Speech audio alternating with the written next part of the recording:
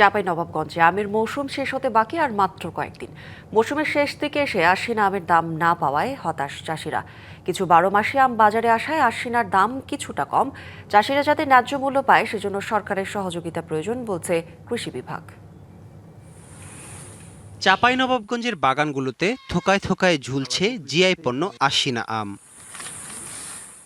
বড়বাজার কনসার্টেও আশ্বিনা আম চোখে পড়ার মতো। ক্রেতা বিক্রেতার হাক ডাকে মুখর বাজারটি। তবে গৌরমতী বাড়িচার কাটিমন সহ ভারতের চৌষা জাতের আম বাজারে আসায় আশ্বিনার ন্যায্য মূল্য পাচ্ছে না চাষি। চোষা আমটা যেন না আসে, এখন গিয়ে চোষা আমে আসার কারণে আমাদের আমের মূল্য অনেকটা কম হয়ে গেছে। কাটিমন, গৌরমতী বা আর যেগুলো আছে এগুলোর কারণে হচ্ছে যে আমটা আশ্বিনা আমটা আমরা অনেকাংশে মার খেয়ে যাচ্ছি। কৃষক আম রাখতে পারছে না, কারণ ফেটে যাচ্ছে, আর ওই কারণে মানুষ একটু আমও ভাঙছে বেশি। বেচা কিনা হচ্ছে কিন্তু কম।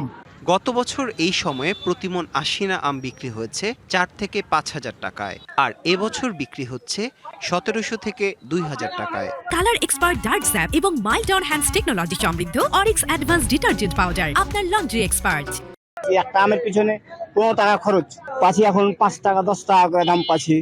এখানটা বাগানের পিছনে 1 লাখ খরচে বাগানে পাচ্ছি আপনার 30,000 25,000। কোনো পয়সা হয় না।